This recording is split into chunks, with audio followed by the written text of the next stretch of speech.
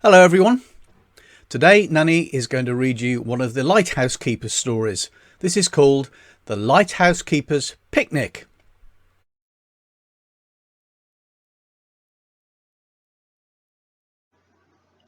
Are you sitting comfortably? Then I'll begin. Mr. Grinlin was a lighthouse keeper. He lived with his wife, Mrs. Grinlin, and their cat Hamish in a little white cottage on the cliffs. When he was a younger man, Mr. Grinlin used to row out to the lighthouse every morning to clean and polish the light. Now he had an assistant called Sam. Some days Mr. Grinlin was the lighthouse keeper, and some days it was Sam. On his days off, there were lots of things Mr. Grinlin liked to do. He liked playing hide-and-seek with Hamish. He liked growing geraniums and heliotropes. He liked singing loudly in the village choir. But most of all, he liked eating. Breakfast, lunch and dinner, and a few little snacks in between. Eating was what he did best. Sometimes while he ate, he would hum a little tune. Mrs. Grindling was worried about the eating. "Mr. G, don't you think perhaps you're a bit too rotund?" she asked. "I don't know how you're going to run races at the village picnic tomorrow." Mr. Grindling gazed at himself in the mirror. "Nonsense, Mrs. G," he said as he did up his shirt. But he went outside to practice his running before dinner. Mr. Grindling loved the village picnic. All the villagers came, big ones and little ones, running and skipping, huffing and puffing.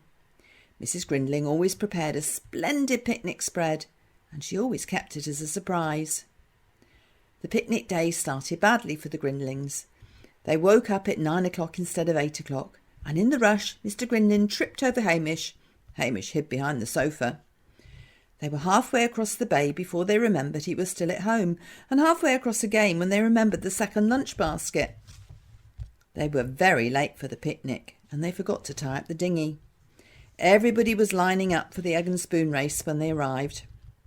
Mr. Grindling ran as fast as he was able, but he still came last. He and Joe Jenkins tripped over each other in the three-legged race, and as for the last race, he couldn't even fit in the sack, let alone jump. Mr. Grindling was very upset. He stomped off to swim by himself before lunch.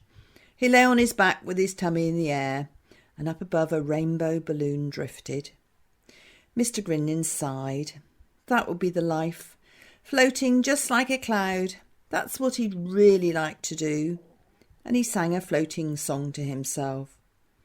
"High in the sky, gently cruising, wrapped up in cotton wool, quietly musing, singing a cloud song."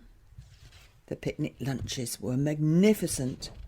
Mr. Grindling wandered about tasting, a little bit here, a little bit there, but he stopped quite still when he saw Mrs. Grindling's spread. Seafood, she called it, and it was beautiful. Mr. Grindling ate a piece of everything. "Delicious and delectable," he announced with his mouth full of green whale jelly. "The best cook here today, Mrs. G.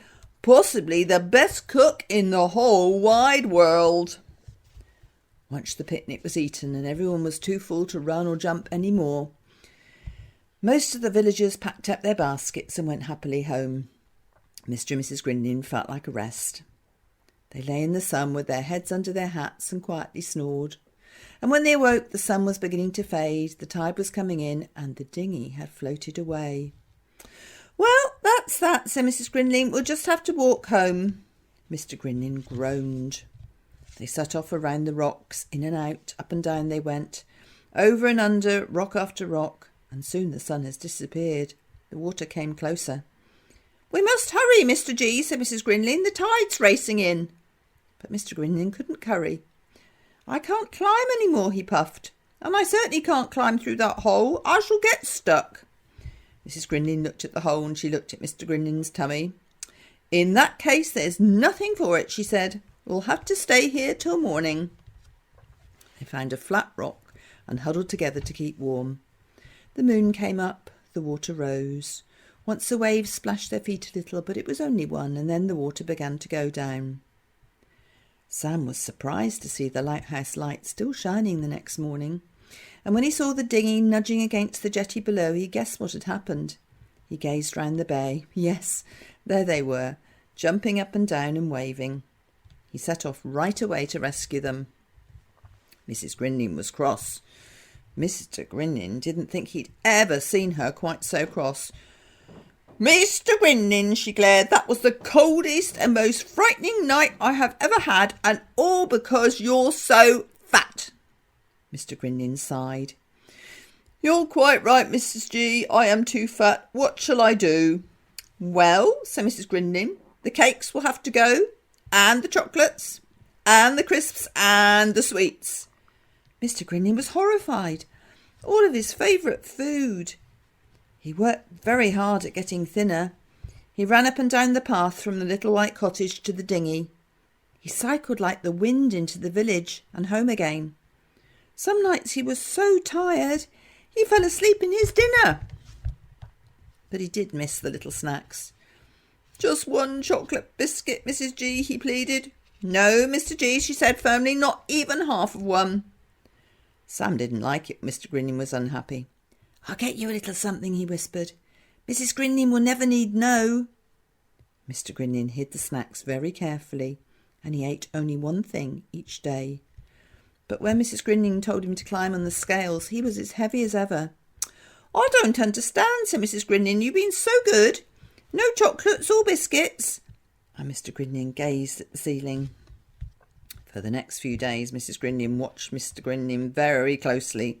She spied from behind the door when he crept into the living room. "Got you, Mr. Grinling," she pounced as his hand reached into the vase. "You should be ashamed of yourself." Mr. Grinling hung his head. "Promise me," said Mrs. Grinling, "no more snacks." Mr. Grinling sighed. "I promise, Mrs. G." Mr. Grinling went on trying to get thinner. And one day when he was out cycling with Hamish, he saw the rainbow balloon again. It was so close he could hear the gentle roar. "I'd love to float like that," he thought, "as light as a feather, but then I'm not light." He looked at his round tummy. "I don't suppose I'd even fit in the basket," he said gloomily. And he told Mrs. Grinling all about the balloon that evening. "Not for you, Mr. G," she said. "They'd never get you off the ground." Mr. Grinling got a surprise in the village next day. He saw a large notice in a house window, and he knocked at the door. "I don't suppose I'll be able to have a ride in your balloon?" he asked. The balloon lady gazed at him, then slowly she walked round him both ways. "Of course you can," she said. "And we could probably take Mrs. Grinling as well." Mr. Grinling smiled, a great beaming smile. So that's how the Grinlings went floating one fine afternoon. Hamish and Sam waved them goodbye. Up and over the lighthouse they went, and across the bay, past the rock where they'd spent that cold night, over the sea where the whales died and played, over the cliffs where the seagulls nested. And then the land was below, houses and barns, cows, sheep and horses. Mr. Grinling smiled at Mrs. Grinling. "This is the best thing I've ever done," he said. "It's even better than eating." High in the sky, gently cruising, wrapped up in cotton wool, quietly musing, singing a cloud song.